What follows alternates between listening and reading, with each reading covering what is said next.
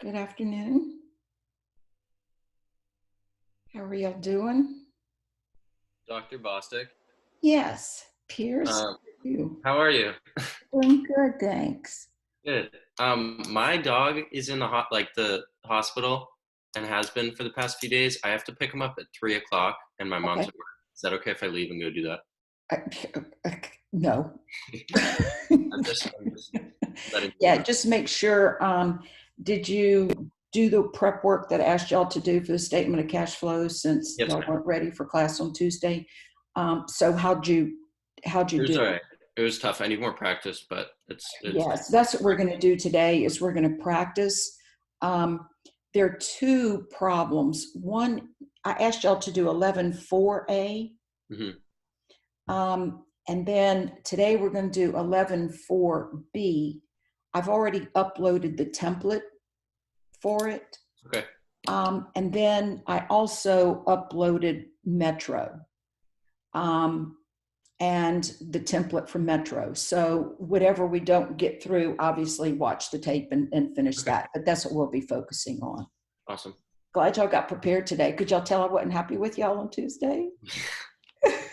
The first time this semester. It's like, darn, man, getting towards the end, the last tough subject. Ugh. That's all right. We'll get through it today. Yeah, I hope your dog's doing better, Pierce. Thank you. Yeah, what kind of dog is it? It's a yellow lab. A yellow lab. My labs are such cool dogs. My son that lives in Chicago has a chocolate lab, hmm They're Parker, awesome. and yeah, they're fun. And he just bought a house. My son and his husband just bought a house in Chicago, and it has a backyard, which is unusual for the city of Chicago. But oh, Parker's just all happy. Yeah.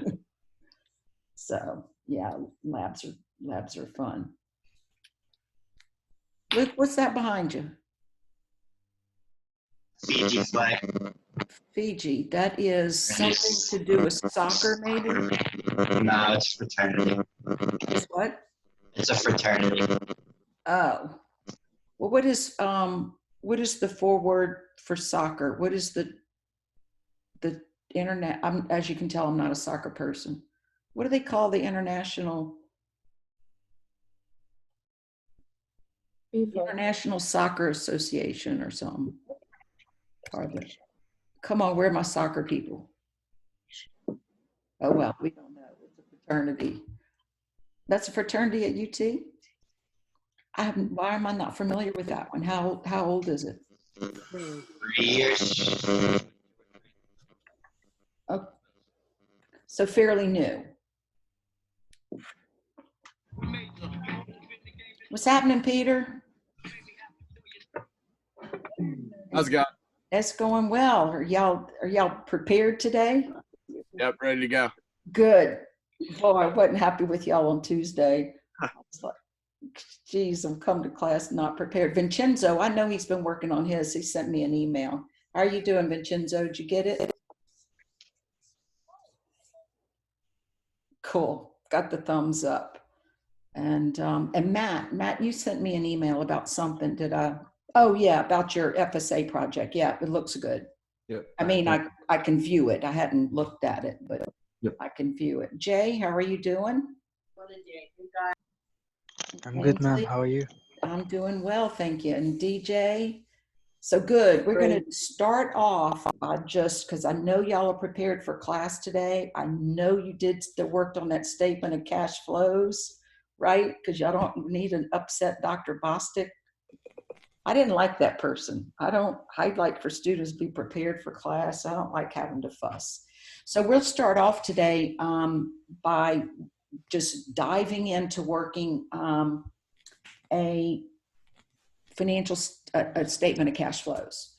There are two of them. There are two of them that we can work today. Y'all just let me know which one you want to work. Either 11.4b. Y'all did 11.4a is what I asked you to do getting ready for class. So I want to answer any questions about that. Pardon me? I wasn't saying anything. Oh, okay.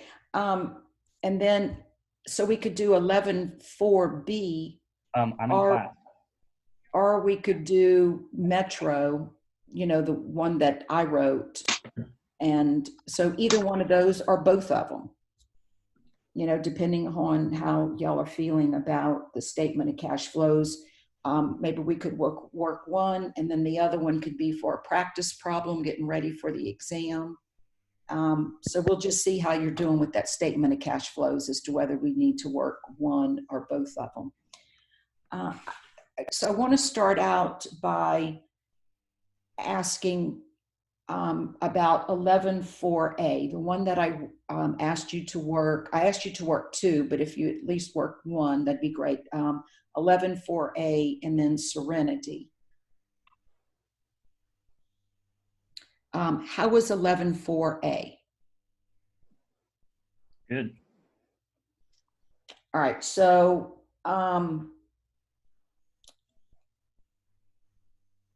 let me just go. I'm closing my eyes and I'm going to randomly point at a name, and I really don't know where y'all are on here.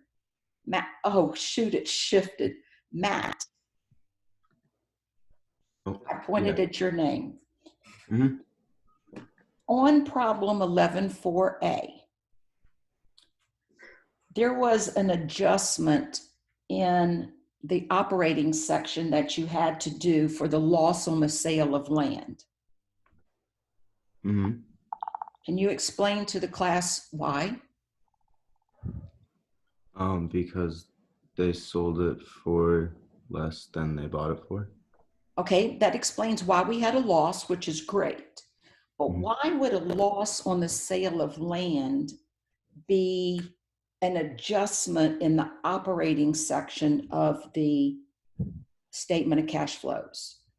Oh, because it has to do with like they're like producing. They're producing their Well, when I sell land, what type of activity is it? And y'all can help Matt on this now. Y'all don't need Matt hanging out. Remember how we had, this is just like marker toss. This was a marker toss to Matt. So y'all can help Matt out here, or Matt can answer. When I sell land, what type of activity is it? Operating, investing, or financing? Operating or investing. Okay, investing, right? Because land is a long-term asset. So it is investing. Now, we're trying to get, remember that top part, the operating section, is I'm trying to convert net income into cash from operations. And on page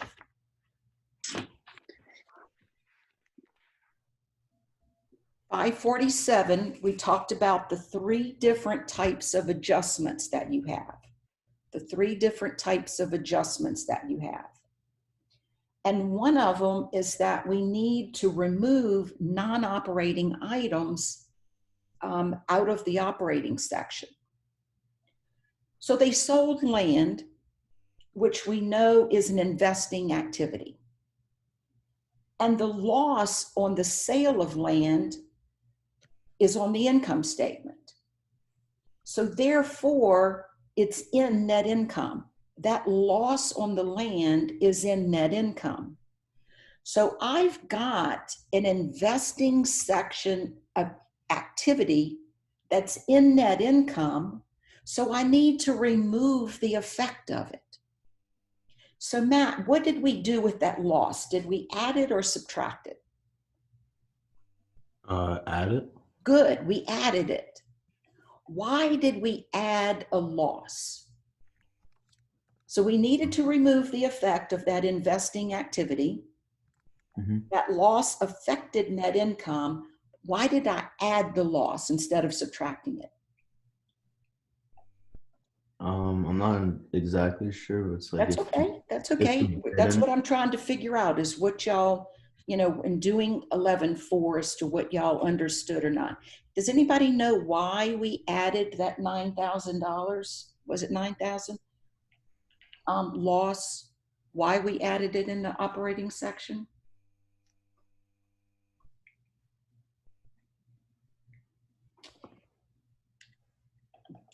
did that loss affect net income? No. Yes, it did. Yes, it did. Because does the loss go on the income statement? Yes. Yes. So the loss is on the income statement. So what effect did that loss have on net income? Did it make income higher or lower? Lower. Lower.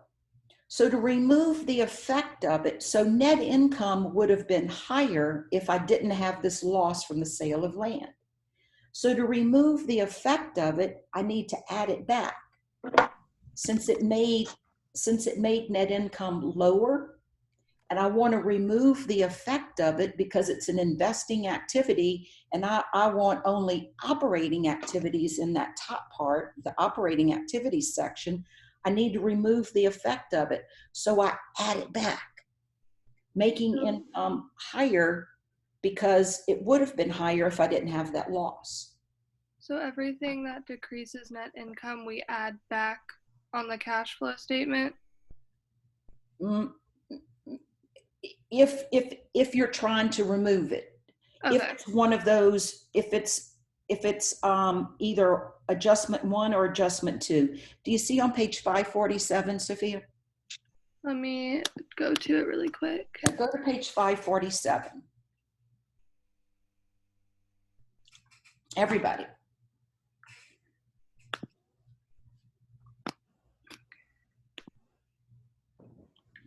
So on page 547, it's talking about the operating section where we start off with net income and we have to convert net income into cash from operating activities. Do you see illustration 11.8?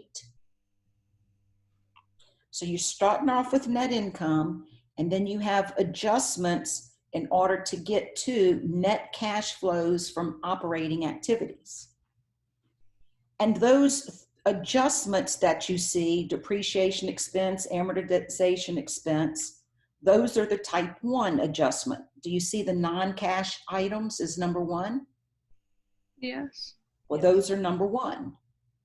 And then do you see the loss on sale of assets and the gain on sale of assets?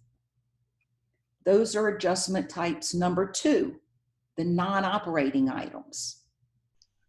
And then you see increase in current asset, decrease in current asset, increase in current liability, decrease in current liability. That's adjustment type 3, where we're dealing with the changes in current assets and current liabilities. That's where our accruals and deferrals are. Okay? So the loss on the sale of land is that second type of adjustment, non-operating item, because it's an investing item that we want to remove the effect of. If this had been a gain on the sale of land, would I have added it or subtracted it? Subtracted. Good. Sophia, can you explain why? The gain increased net income, so to remove it, we have to subtract it. Nice job. Very nice job. Okay? So what I want y'all to do now is let's go ahead and work. I want you to work, go ahead and work Metro. Let's work Metro. Go into course content information. And that way, the one that's in the book, you can do, we'll either do after Metro if we need to, or I'll leave it for y'all to do for practice. So go into course content information. And in course content information, you see that I have the instruction sheet for Metro, but I also went ahead and did the template where I put in the balance sheet amounts. And I want y'all to go ahead and start preparing the cash flow statement. The way that I recommend that you do it is, remember I said account for the change in every single balance sheet item. Just systematically go down the balance sheet item and put the change where it should be. I recommend that you do not try and do the operating section, then the investing section, then the financing section. I recommend that you do it in the order of the balance sheet and then put it in whatever section it needs to go in. Okay, so go ahead and start Metro, and you've got the template there so that in Excel you can calculate the change and do it. And that way we can figure out where your OS moments are. Okay, I'll be right back while y'all are working on that. And I'm in shorts and I apologize. So.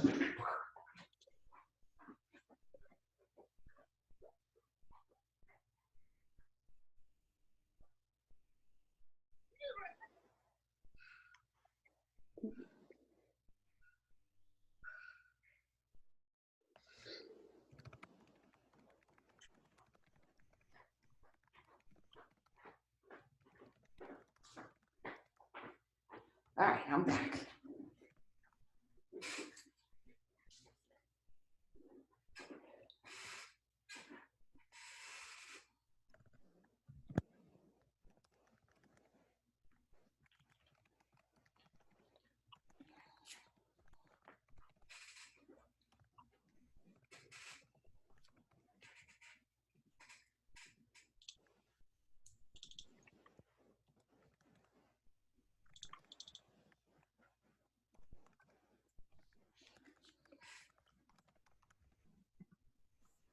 I'm going to go ahead and bring it up.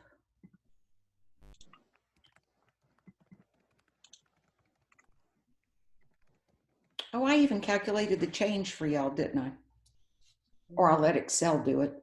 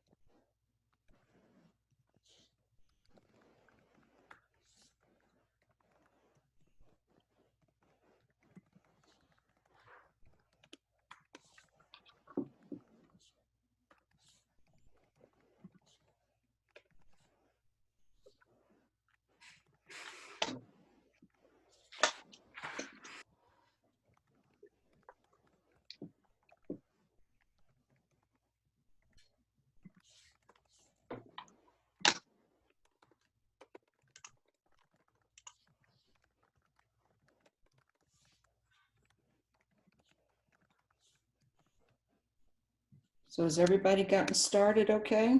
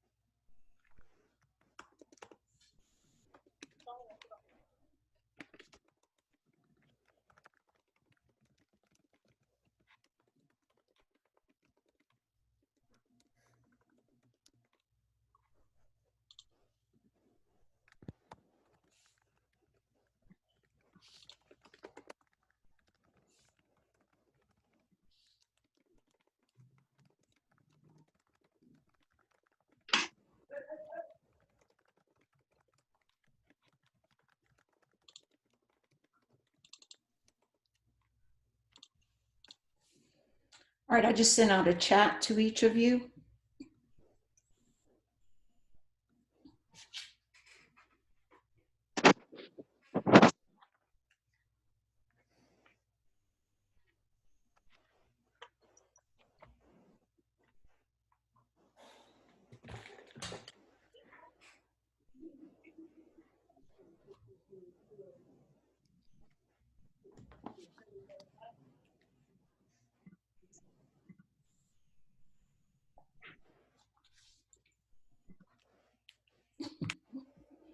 Well, we had one, remember we had one for the second exam.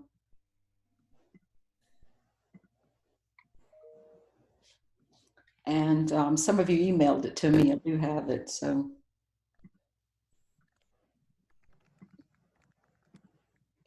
Well, not everybody's here today to be working, so those that are. And I waited and did it before Pierce had to leave to go pick his dog up. Thank you. You're welcome. That'd have been mean if I waited till you had to go pick your dog up. God bless you, DJ. Thank you.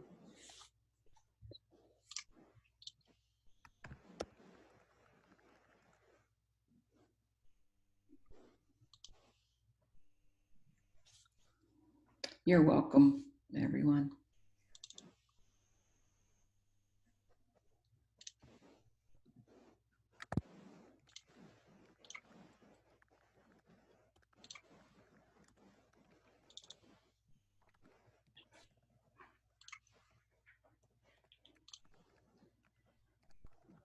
So I assume everyone's doing okay. I can only see if a small number of you, the rest of you just got your names up there. Oh, thank you. It's good seeing you, Yelena.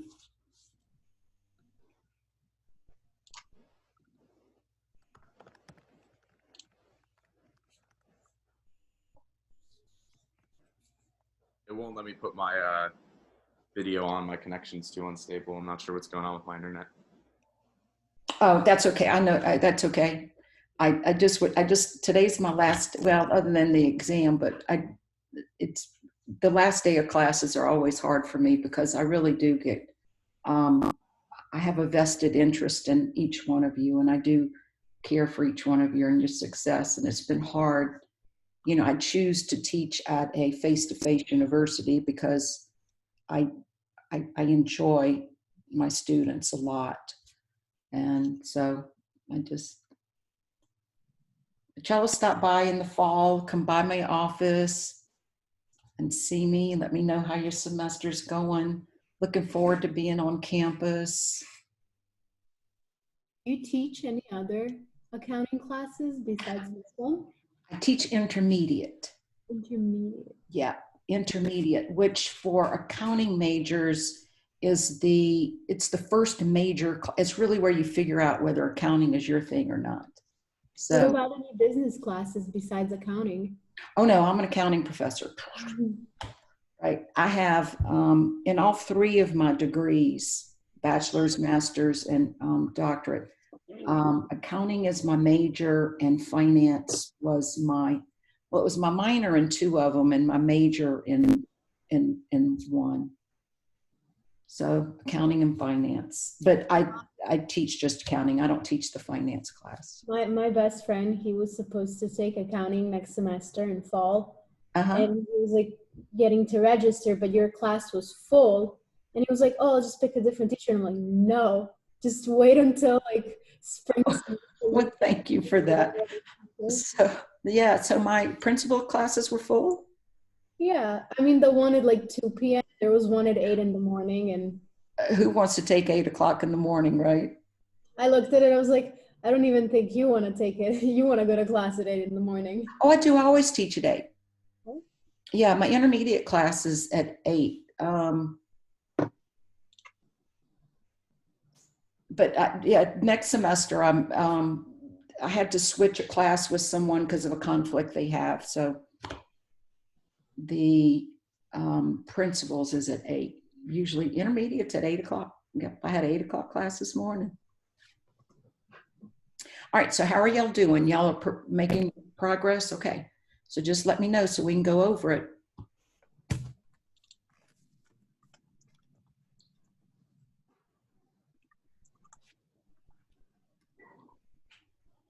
I knew y'all weren't going to disappoint me and not be ready for today.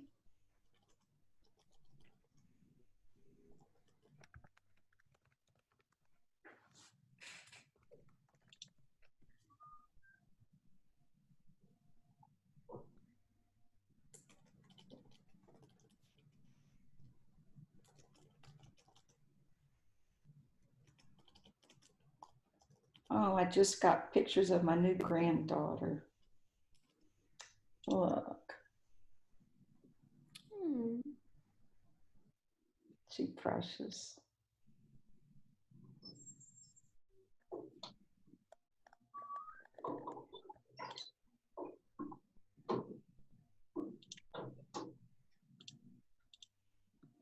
Oh.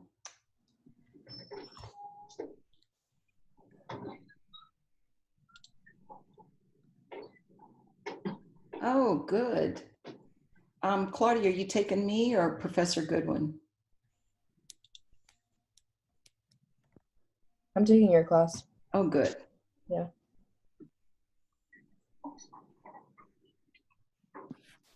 Professor, do you recommend anyone specific for 203, for accounting 203? No, but if you give me, wait, I'm being recorded. Who are your options? Let me see who I'm registered for right now, because I registered a while ago, but there's still sections of it open, and I didn't know anything about any of the teachers, so. I have Tarago, Linda. Yeah, she's good. She's an adjunct, but she's been teaching for a long time. You must be taking it. Oh no, she teaches in the morning. Yeah. She's good.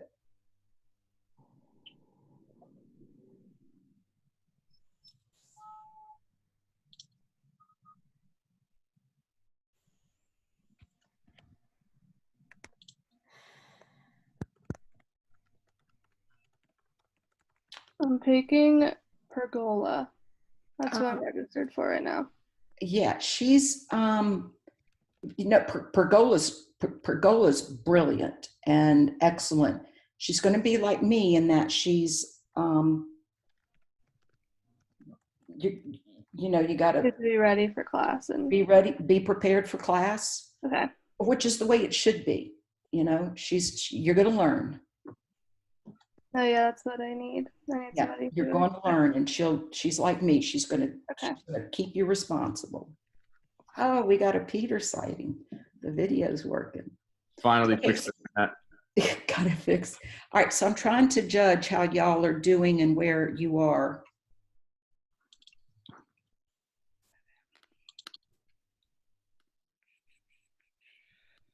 John, how are you doing on this? Sorry, I'm doing good. Good. I'm Okay. looking at it right now.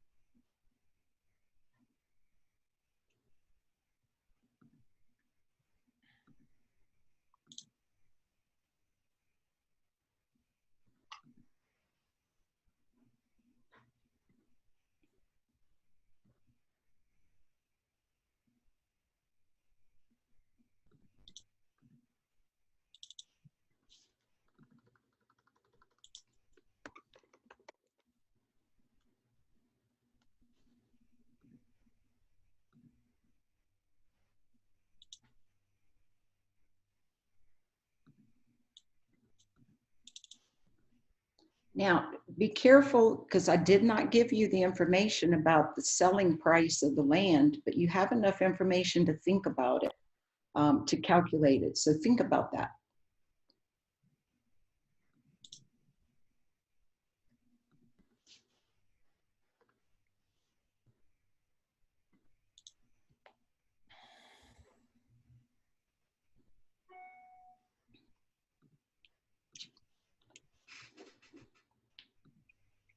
Because you've got a change in your land, right? So you know what the cost of the land sold was, and then you have, The game. right, then you have a gain. So you should be able to figure out what the selling price of the land was based on that information. I told y'all I'm gonna push you to critical think, and so was Dr. Bergola.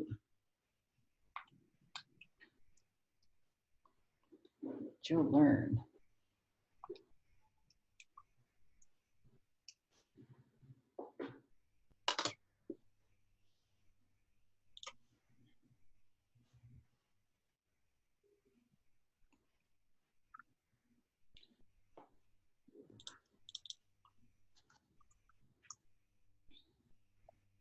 Right, so I'll give about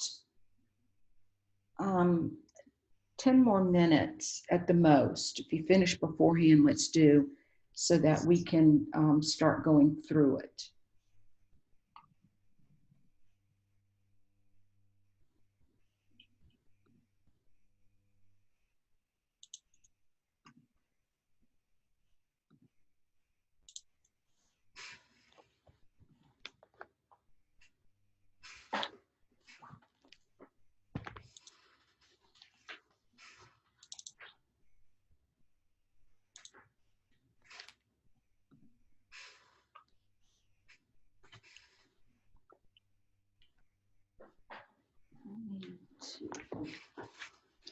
Find my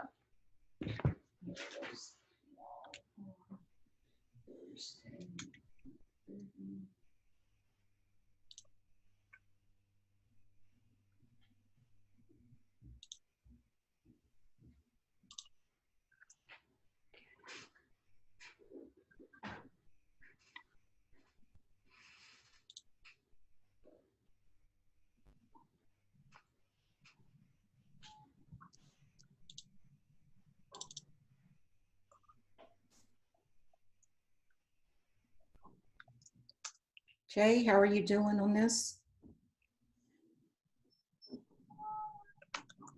On this statement of cash flows? Cameron, how are you doing? Good. Vincenzo.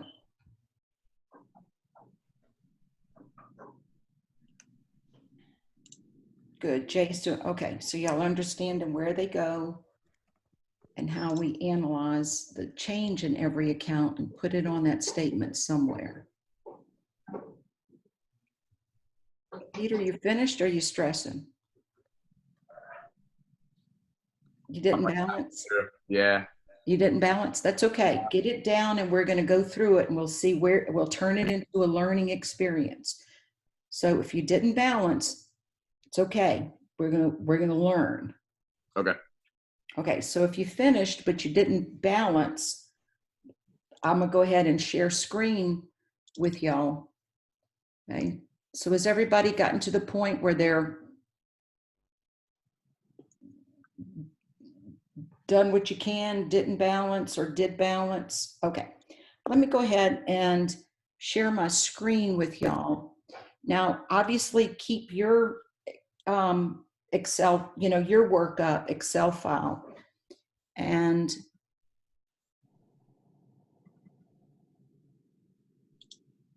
do y'all see my Excel? Yes. Okay. Yep. Can you zoom in a little? Yeah, how's that? That's Right. good, thank you. You're welcome. So the first part, I took the balance sheet and I calculated the change in all the balance sheet items. I had given this to you, that was on the template. So the first thing that you need to do is you need to calculate the change. Did each account on the balance sheet increase or decrease? Now, retained earnings, I know retained earnings changes for two reasons. Because we know that beginning retained earnings plus net income minus dividends equals ending retained earnings. We learned this in the very beginning of the semester. So I know that my net income from the income statement that was given was $111,600. That was given. So if net income was $111,600, I know that dividends had to be $91,200 in order for me to get the $20,400 increase. Okay, I know there was a $20,400 increase. And then over here is where I calculated, I knew how much was net income. So how did y'all do on calculating the dividends? I've got 91,200 in dividends. Okay. So now I know why all of my balance sheet items changed. And I want to I do it systematically. So I know that the answer on my statement of cash flows, the change in cash is $24,000. Then the first thing we have is accounts receivable. Accounts receivable decreased. What section is that going into? Operating. Good, the operating section. Now, am I going to add it or subtract it? Add it.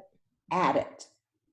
Because if accounts receivable went down, that means that I collected more cash because less people owe me money. So if accounts receivable went down, that means that I collected more accounts receivable. So I'm going to have more cash that was collected. So I'm going to add it. So we see the decrease in accounts receivable. We add for the 24,000. The next one is inventory. Inventory increased. What section is it going into? Operating. Operating. Am I going to subtract it or add it? Subtract. Subtract. Why? Because to increase inventory, you have to pay with cash, so cash goes down. Nice job. So if inventory went up, the way that I got inventory was spending cash. So I know that cash went down because I purchased inventory. So let me, I'm going to highlight what we have included from going systematically down. So I've got the 24,000 on my statement of cash flows. I have the 12,000 on my statement of cash flows. Now I can see that land decreased. What is the only reason that land would decrease? If we sold some. Good, because I sold it. Now, Dr. Bostic didn't give me what selling price of land was, unlike the book does, because she wants me to critically think. So if the cost of the land was 63,000, did I have a gain or a loss from selling the land? Gain. I had a gain. And how much was the gain? How much was the gain? 7,200. Good, 7,200. So I have the cost of the land that was sold was 63,000, and I had a gain of 7,200. So my selling price had to be the cost plus the gain. So I know the selling price of my land had to be 70,200. The selling price of my land had to be 70,200 because I sold it $67,200 more than what the book value of the land was. If the book value of the land was 63,000, I had a gain of 7,200. That means my selling price was 7,200 higher than what my book value was. So the gain, what am I going to do with the gain on the sale of land? So the Subtract it. 7,200 and the 70,200 will net to 63,000. So I need to put these two items in two different places on the statement of cash flows. So where's the gain going? Operating. section. Good, in the operating section, because I need to remove the effect of it. Now, am I going to add it or subtract it? Subtract it. Good. I'm going to subtract it because it increased net income, and to remove the effect of it, I need to subtract because net income would have been lower if I did not have the gain. So here in the operating section, I've got gain on sale of land that I subtracted for the 7,200. Now, what am I going to do with the selling price? I sold the land for 70,200. It's going to go in investing. Nice job, Aiden. It's going to go in the investing section. So in the investing section, I have the selling price of the land is 70,200. This is a positive because it's an inflow. So 70,200 positive, a 7,200 negative nets out to what number? So a 70,200 positive and a 63,000. 72 good nets out to 63,000. Boom, what did I need it to net out to? 63,000. Exactly, because I need to account for the change. Okay. Now equipment.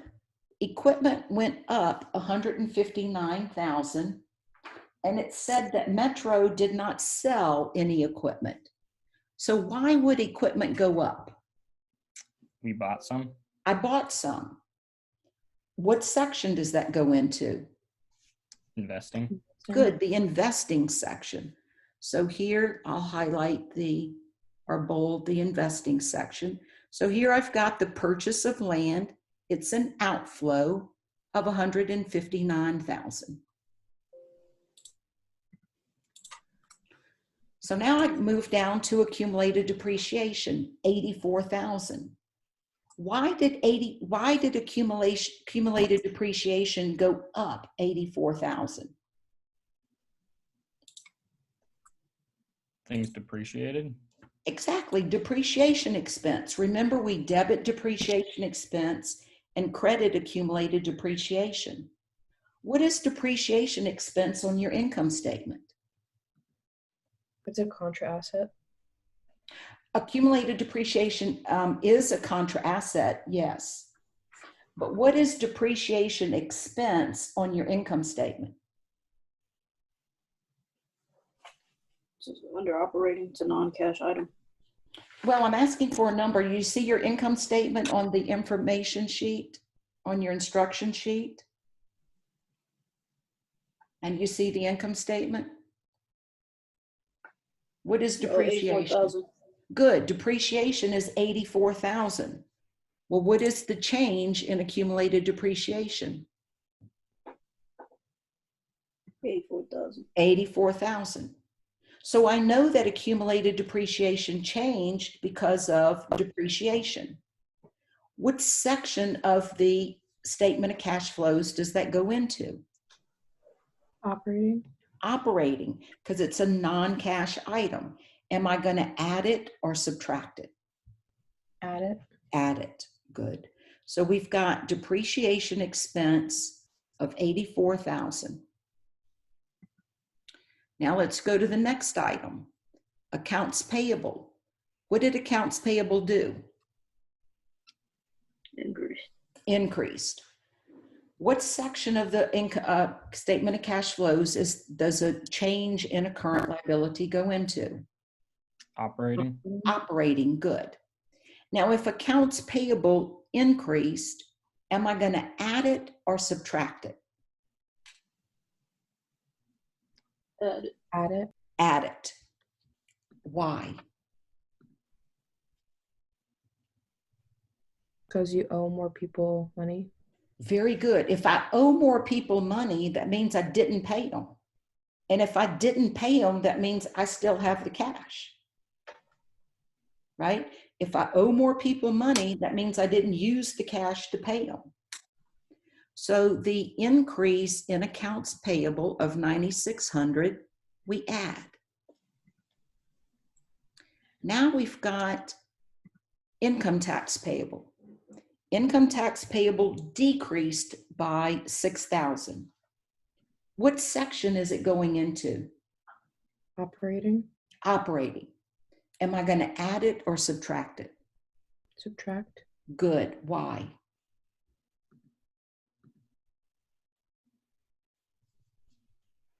Think about cash flow. Remember, this is a statement of cash flow. If liabilities went down, how did I pay for my liabilities? With cash. With cash. So if my liabilities went down, you know, this year over last year, then that means I used cash in order to reduce my liabilities. Means that I have less cash on hand because I used it to pay liabilities. So a decrease in income tax payable, I'm going to subtract. Now, we didn't have any change in common stock and in APIC, which means they didn't issue any stock. So I don't need to do anything. Now we've got retained earnings, and retained earnings had a net change of 20,400. And I know that 20,400 is net income and dividends. Where does net income go? Operating.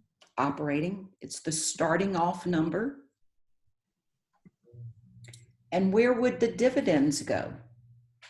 Financing. Financing. Good. As a negative or a positive? Negative. As a negative. Good, because it is a cash outflow. So in the financing section, I've got paid dividends of 91,200. So I have now accounted for the change in every single balance sheet account. And if I add up all of my operating activities, they should add to 204,000. My investing section, when I add them up, I get a negative 88,800. And then my financing section, I only had the one of 91,200. What is the sum of these three numbers, the subtotal of each section? 24,000. Good. I'm going to do an auto sum and I'm going to go. And it's 24,000, which is what my change in cash was. So what do we do at this point? God bless you. Thank you. What do we do at this point when the sum of my 3 activities equals delta cash? What do we do? Open up a can of beer, pop the champagne bottle? It balanced, right? So then we just show the beginning cash and ending cash. And I know that 24,000 plus 20,400 equals the 44,400, which is what my ending cash was. So Peter, I'm gonna pick on you. You said yours didn't balance. Claudia did too. Why? Where did you go astray? My sale of land was wrong. I just like messed that up. I got it wrong. Okay, did you put the whole 63 in investing? Yeah. Okay. Common mistake. But the change in what I sold has to be broken into the gain or the loss and the selling price. The gain or the loss is going in the operating section. The selling price is actually how much cash I got. So that would go into the investing section. And these two net because we added the 70,200, and then we subtracted the 7,200, which nets to the 63. Okay. So Peter, that's where you went wrong. Claudia, that's where you went wrong. Did anybody else have any other? I think you went through it, but where did the equipment end up? I think I missed when you like went over that one. Did it not go? It's written as purchase land. Okay. Right, it's in the investing section as purchase land, and obviously it's negative because it's a cash outflow.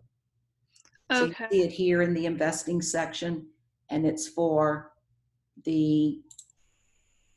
because I told you, remember, equipment can change. It can go up because I bought some. It could go down because I sold some. All right. I am only going to have that you sold land. It gets more complicated when we sell equipment because it also affects accumulated depreciation. We hold that for intermediate students. Okay. So is that what you were out, was the 7,200, Peter? Yep. Claudia, were you out the 7,200? Yeah, I by accident subtracted it from 63,000 and not added. Oh, to get the selling price? Yeah. Okay, remember when you have a gain is because you sold it for more than what your cost was. Yeah. Okay. All right. Who else? DJ, how did you do? Good. I wasn't finished, but I finished. Okay, so you finished just ignoring me and you did it okay? Yes. Aiden, how'd you do? I got it. Good. Pierce. Okay, he must have had to leave. It's 5 till 3. No, it went well. It went well. Okay, good. So The finding, or which one, getting the actual selling price of the land was the only thing I kind of screwed up on, but I got it figured out. okay, it looks like many of you, I'll use your word, screwed up on the selling price of the land. Because I could use a much worse word. You used a nicer word. Mine would be you effed up, right? Yeah. Once I disclose the name of our racing boat, right? Wait, I got to go show y'all something funny. I probably shouldn't have this on record, but I'll show you something funny.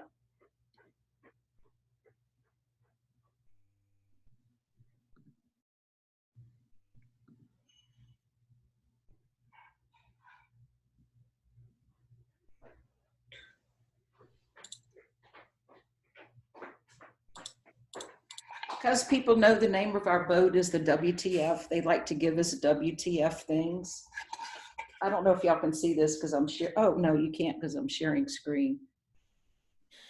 All right. People give us all kinds of WTF stuff.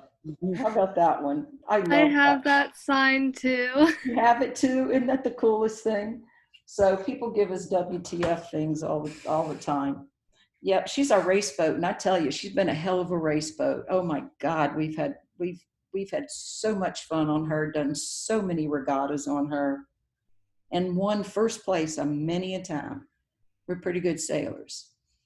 Okay, so how are you feeling about the statement of cash flows now that you took one that I wrote and saw how we account for the change and everything? Good. Good. Feeling better. Good, good, good. All right, now, plan of attack. Do you want to do, there was Serenity, which has the solution that you can practice, and then there's problem 11.4b. Do you want to work another statement of cash flow problems, or do you want to go over the topical coverage in the exam and go over any material that you have that you want to go over?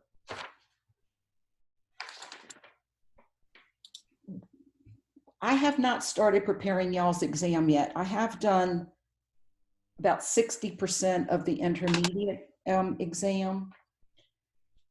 So I can tell you that, you know, there's chapters 8, 9, 10, and 11. Chapter 12 are your ratios, and I'm assessing that with your FSA assignment, right? So I say know what solvency is and liquidity is and profitability. There may be 1 or 2 multiple choice questions regarding that, but 12 won't be on the exam much because you just did a hell of a FSA problem. And I hope that you learned something from it. Peter, you're shaking your head. Yeah, it took a long time to do. It's very, yes, it is. But it took a long time to do, but was it hard to do? Some of it was difficult for me, but it mostly was just the time length of it. Right. I know it takes a while to do, but, you know, so were you able to see what story the ratios were telling about a company? Yeah. Yep. Yeah, I think I did. But thank goodness it told the story, right? Yeah. And you were able to see which one was profitable, which one's more risky. Good. So you learned something from it. And how many of you are finance majors? FSA, ratios, understanding how to read financial statements. You just got your first exposure to your first one, okay? So important for that. And then Appendix C is time value of money, which may have 1 or 2. So in Chapter 8, I don't know if y'all are looking at the topical coverage. Chapter 8 is payroll and notes payable.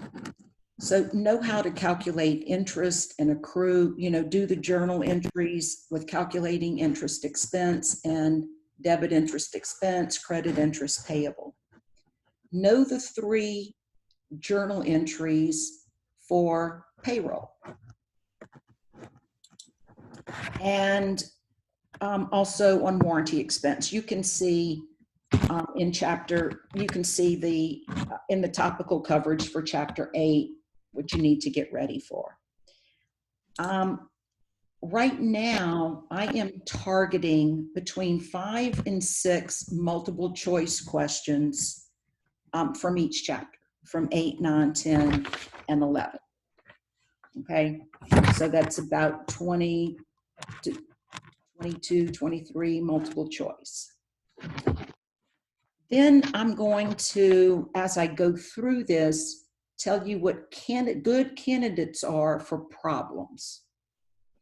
Now in Chapter 8, maybe a problem doing the payroll journal entry would be the biggest one out of chapter 8 that I would see would be a glaring candidate for a problem. Now, chapter 9. Chapter 9, bonds, bonds, bonds, bonds. You can expect multiple choice and you can expect problems on chapter 9. I can tell you that you're going to have to know how to calculate the selling price of a bond, which is calculating the present value of a bond. Do you think that you're going to have a problem where you have to do the journal entries recording an interest payment? Which means you have to be able to complete what in order to do the journal entry? What do you have to complete in order to get the numbers for the journal entry? Come on, it was y'all's favorite thing to do, admit it. Peter, you already said that you didn't like doing it. Yeah. It begins with an A. Accruals or Amortizations. Yeah. Yep, that amortization schedule. I got to study. Yeah, study chapter 9. I can tell you, chapter 9 is going to be on there heavy. Okay. Make sure that you understand that when you record an interest payment for a bond that has a discount, is the carrying value going to increase or decrease? So when you record the interest payment, is the carrying value of the, and it's a bond that was issued with a discount. You record the interest payment. Is the carrying value of that bond going to increase or decrease? It's going to increase. It's going to increase. Because you remember, it's going to increase to the face value. If it's a premium, then what's the carrying value going to do? Decrease. Decrease, because it's going to decrease to the face value of the bond. So are you going to have to prepare an amortization schedule and do journal entries to record the payment of interest expense, how much goes to the discount or premium on notes payable? Yes. Chapter 9, study it, know it, expect multiple choice and problems from chapter 9. You do not need to know how to do retirement of bonds. We didn't cover it. That to me is an intermediate level knowledge that's needed, not in principles. Now in chapter 10, you had to do the journal entries for when we issued stock, either with a par value or without a par value. Dividends. Remember, you need to know how to calculate how much the preferred stock dividends get and the common stockholders get, depending on whether the preferred stock is cumulative or non-cumulative. Okay. Could there be a problem with that? Yes. With saying how much would get for each? Yes.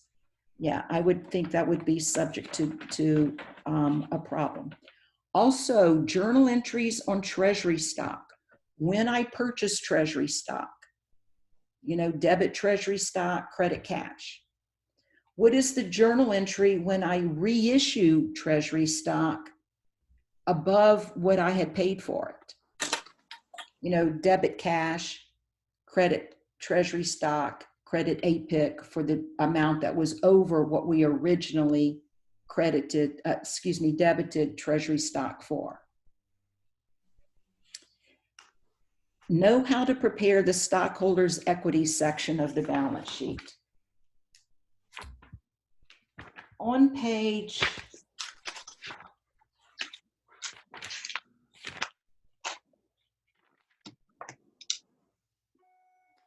514.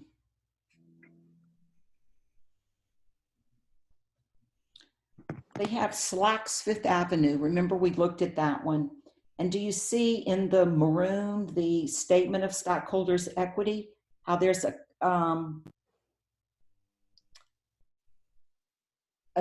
column for each one of the different types of stockholders' equity that we have? That one you will not have to prepare. Okay, you will not have to prepare that, and I have that stated. You will not have to prepare a statement of stockholders' equity. But do you see the green one right above that, where it's the stockholders' equity section of the balance sheet? You will be responsible for knowing how to prepare the stockholders' equity section of the balance sheet. Remember, the order is important, and so are the subtotals. Preferred stock plus common stock plus APIC gives me total paid in capital. And then we have retained earnings, and then we have less treasury stock to give us total stockholders' equity. What kind of an account is treasury stock? Contra equity. Contra equity. Nice job, Aiden. It's an equity section. We see it in the equity section of the balance sheet. But what is its normal balance? A debit or a credit? A debit. A debit. That's what's making it a contra equity account. Okay. So you see that you subtract it in the statement of stockholders' equity. Remember that on that statement of stockholders' equity, they're kind of, don't have it here. Look on page 512. Remember that you have to put preferred stock, and then you have to put what its par value is, what the number of shares authorized is, and what the number of shares issued and outstanding are. So the stockholders' equity section on page 512 is the best one to follow because it has all that information on it.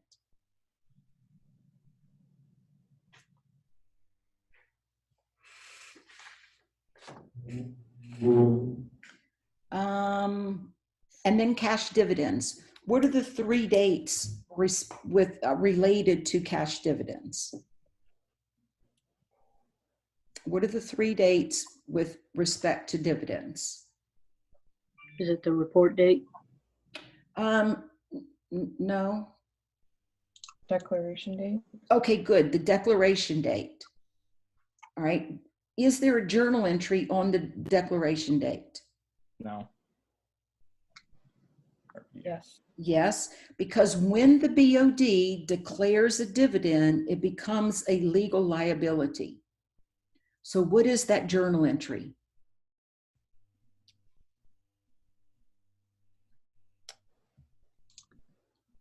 Debit dividends. Debit expense. dividends and Credit dividends payable. credit dividends payable because we owe the dividends. Good, Aiden. Then what is the second date? Date of record. Good, the date of record. Do we do a journal entry? No. No, because the date of record is this is the date. Whoever owns the stock on this date is who's going to get the dividend.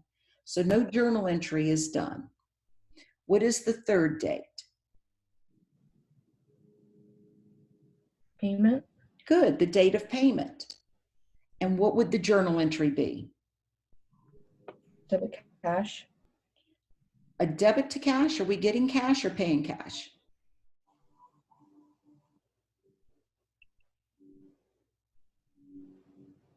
A credit to cash. Good, a credit to cash because we're paying cash. And what would we debit? What did Aiden say that we credited? What did we? Good, dividends payable. Because remember, we created that liability on the date of declaration. Now we're paying that liability.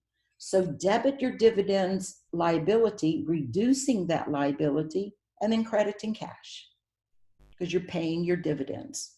So those are the 3 dates with respect to the dividends. Now, Chapter 11 is the statement of cash flows. what is the probability that you're going to have to prepare a statement of cash flows? High. Like 100% high? Yep. Yep. Okay, so practice that statement of cash flows. There's Serenity that I uploaded, and the solution is also uploaded. And then you've got 11.4b. The solution is in course content information, but I did upload the template so that you could easily calculate it in Excel. That's one of the things that you need to decide for when you're studying and practicing for this exam, is because it's at home and it's online, it's an open book, open note exam. So you need to decide, am I going to use a calculator or am I going to use Excel to calculate my numbers? Some I would do calculate. I mean, you don't have to do exclusively one or the other. I know some would be easy to do in the calculator. But my statement of cash flows, did you see how quickly we did it in Excel? You know, so maybe the thing to do, the reason like I've uploaded the template is to practice doing your statement of cash flows in Excel. That might be the most efficient way for you to do it. Calculate the change in every balance sheet account, and then like a sale of land and retained earnings when they have two reasons that they changed. You know, like retained earnings change because of net income and dividends. And then if land changed, I've got the selling price and then the gain or loss, those two. It might be easier to do it in Excel. Whatever way you choose to do it, that's the way you need to practice before, you know, for the exam. So you don't want to say, oh, I'll do it in Excel for the exam, but you haven't been practicing doing it in Excel. If your Excel skills are better than they were when you first started this class and you feel good about Excel, think about, you know, maybe doing it in Excel. That's my recommendation on that. Any other questions or problems or exercises that you want to go over?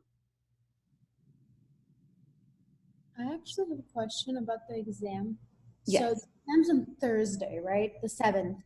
Yes. And then on Tuesday, we don't have class with you? No class. On Wednesday, will you still have office hours? Yeah, okay. So on Wednesday, that's another thing we need to discuss. So I'm glad that you brought it up. On Wednesday, my intermediate class has an exam on Thursday, just like y'all do. So their office hours are on between 11 and 1 on Wednesday. So when do you want your office hours on Wednesday? It's not going to be with my intermediate class because we're going to be talking about way different topics. So do you want it 9 to 11, or do you want it 1:30 to 3:30 on Wednesday, or 2 to 4? I think 2 to 4 would be a good time. Yeah, 2 to 4 is fine.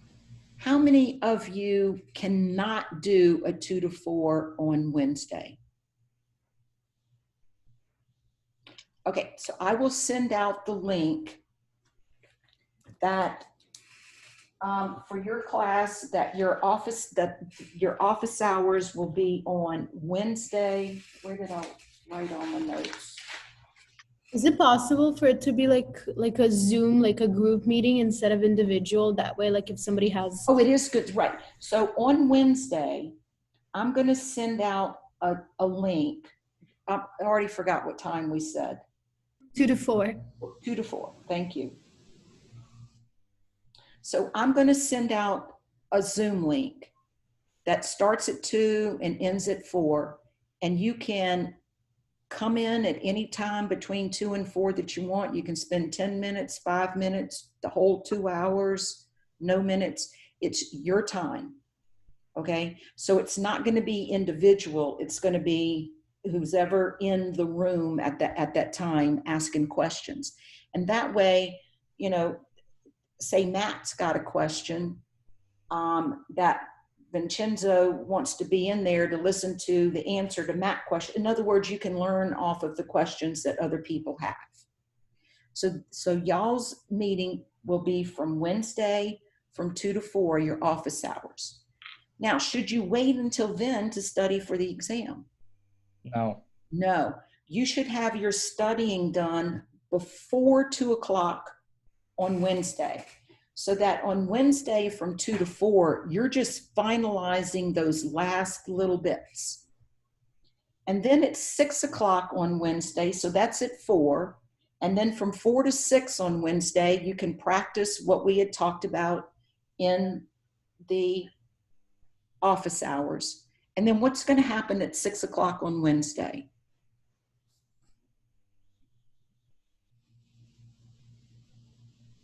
You're done.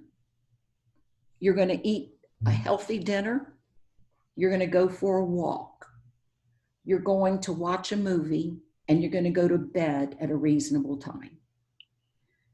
Not doing those things and cramming and all the night before kills short-term memory. This exam is at 1:30, and if you haven't slept and you've been cramming, at 1:30, you're going to be crashing. Okay? The worst thing that you can do before an exam is cram. So plan on being completely done by 6 o'clock on Wednesday, and you're just chillaxing the rest of the day. How you like that word? Chillaxing. That's what we do around here. We chill and relax at the same time. Okay? And walk, get some exercise. Is it standard like 2 p.m. just like the last exam was on Connect and all of that? No. The final exam schedule is different. Oh, okay. Yeah, the final exam schedule is on www.ut.edu. Y'all's exam is Thursday the 7th from 1:30 to 3:30. So do you know when all your exams are based on the exam schedule? I only have yours. That's the only final Oh, exam. you only have mine? Yes. So it's Thursday, May 7th, 1:30 to 3:30. Is it on Connect? Did I get that one right at least? Oh, yeah, you did. So it's that part. It is going to be just, you did get that part right. Yes. It'll be on Connect. And then of course we'll be doing the same thing like we did for the second exam. You'll be on Zoom so that I'm proctoring the exam, making sure it's you taking the exam and not a PhD in accounting taking the exam for you. and then taking it online. Of course, it's still open book, open notes, but should you be relying just on your books and your notes? No. Because what'll happen? Guaranteed. You'll run out of time. Exactly. You'll run out of time. So just use your open book, open notes, you know, as that when you have an OS moment and you just need to kind of like use Drano to unclog that OS moment out of your brain. Don't be really ingesting Drano, you know, like we can ingest Clorox to clear and cleanse thyself from COVID-19. Oh my gosh, the craziness. All right, don't do that. Don't do that. Okay. So do you want to spend time? The other thing I wanted to say is, yes, from 2 to 4 on Wednesday, I will be available. I will be available by email also, because if you're working a problem and you're just stuck and you don't get a concept and you need to move on with your studying, email me. If I can handle it email, we can handle it email. If not, we'll just schedule a Zoom meeting very quickly. So I will be checking email often, you know, tomorrow and, you know, throughout the weekend. So we can schedule a real quick Zoom meeting too. In addition to that Wednesday from 2 to 4. So get practicing, figure out where your OS moments are, We know Peters, he's been very open about it. It's bonds, bonds, and more bonds. And I bet he's not the only one. That is bonds, bonds, and more bonds. So get those practiced. Get those practiced, okay? I will look into my, and I probably have said it 100 times because I still can't believe that I'm a lot smarter than that, but I lost all the data, 20 years of data. So all the practice sheets and all that I'm giving to y'all and quizzes I'm having to retype on my own. Retype, redo. I can't recycle stuff that I've had for years. But I will look to see if I can find, like if I have some quizzes from these chapters that you haven't taken, that I could put up the quiz for you to practice on and then have the solution. So I will be looking for stuff to upload into Blackboard. You've already got the statement of cash flows. You've got Serenity, and we just did Metro. And then you have the 11.4a and the 11.4b in the book. Practice those. And then any other, like bonds, maybe I'll do one for bonds where you can practice. There is some at the end of the chapter. All right, I'll do this. Guaranteed, I will upload a bronze problem that you can practice. Okay, so I will do that. And we'll probably do it tomorrow instead of today, because tomorrow is nothing but getting exams prepared, and then study sheets is what my day tomorrow is. Okay. All right. So what's going to happen in the fall? Come visit. You're going to come visit my office. Exactly. Yep. Please stop by, especially since we're not able to say goodbye. I have for 20 years, every single student that has handed in their final exam, I have shaken their hand, of every student that I have ever taught. Now, I don't know if shaking hands is going to be a common business practice anymore since COVID-19, but we could have at least elbow touched, right? I am really going to miss that tradition that I have, because I truly enjoy teaching, and I take a vested interest in each one of y'all individually. That's why I try to get to know, something about each one of you. Like I got my KQs going on that went to Puerto Rico together. And I just know different things about that. Some of the things I want to say publicly and some don't, but I get to know y'all. I have a vested interest because I truly care. If during your business career, particularly finance and accounting, if you need help, and I'm not your teacher, but if you need help, stop by my office. Dr. Bostic, I'm in this class and I'm working this and I can't figure it out. Can you help me?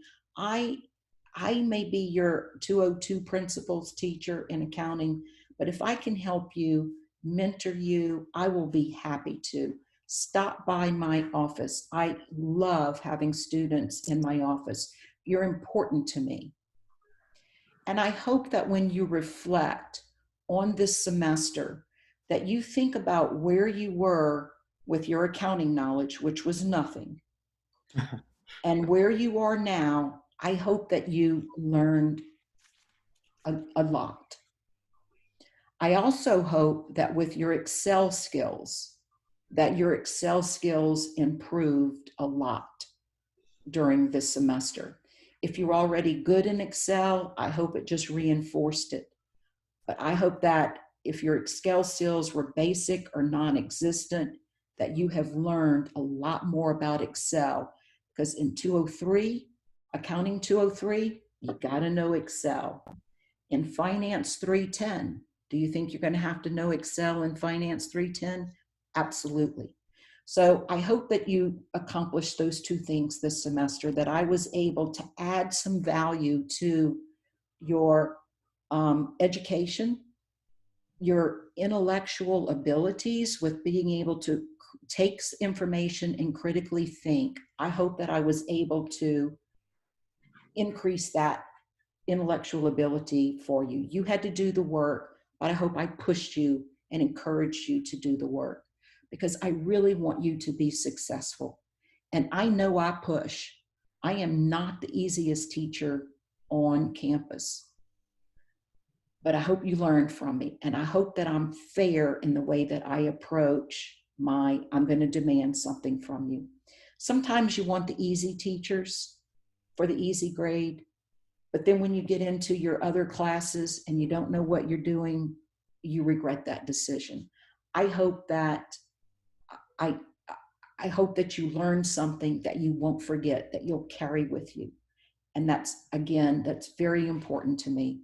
So come see me in the fall, since we aren't able to touch elbows, the whole COVID-19 thing, but so that we can see each other, because I really would like to know how you're doing. And especially for those of you taking Accounting 203, seeing how you're doing with that. And Claudia, I look forward to seeing you in intermediate. Yeah, you too. Thanks. And we start off intermediate by reviewing what you did in 202. And I know you're going to be my star student and that you didn't forget much at all.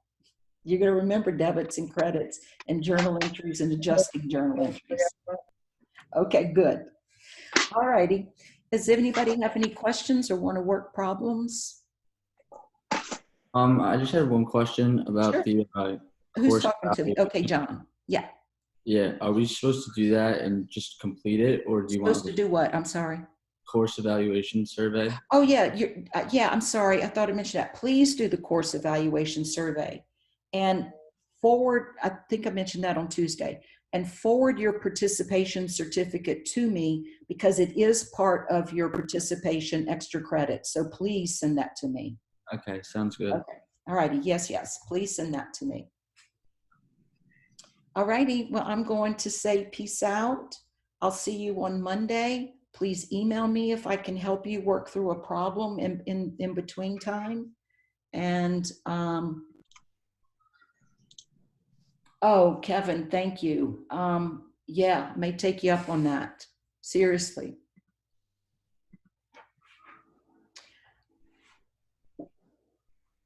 Are you providing the sailboat or do I need to find my own sailboat? Either works. Either works, okay. Because I know, like I said, I have a best friend that lived there, so I know people in Annapolis that have a sailboat. It depends on who has the bigger sailboat. That's the one we'll go out on. Okay? Okay. All righty. I really enjoyed getting to know each of you, and please come by and see me in the fall. All right? Thank you, Professor. I loved Oh, your you're class. quite welcome. I so enjoyed it. And let's see what. Okay, Aiden. Yeah. All right. So bye. Bye. Aiden wants to Thank have a you. conversation with me, so I'm gonna boot y'all all out. And Aiden and I can have he has a question that's a private question. So thank you all, and I'll see you on Thank you so Wednesday. much. Have a nice week. Thank you, Professor. Have a good weekend. Thank you. Thank you. Y'all do the same. Thank you. Thanks. You're welcome. All right. And Jordan and Cameron, are y'all exiting out? Can I ask you a question real fast, Professor? Sure. Are you going to be posting this video, like, so I could look back and just make sure I can know what we should study? Oh, absolutely. Okay, thank you. Appreciate Oh yeah, it. yeah, I will. Yes. Okay. All of them are being, yes. So I will upload it as soon as Thank you so much. You're quite welcome. Cameron, you got a question? Pardon me, I can't hear you. All right, Aiden, I'm gonna stop the recording.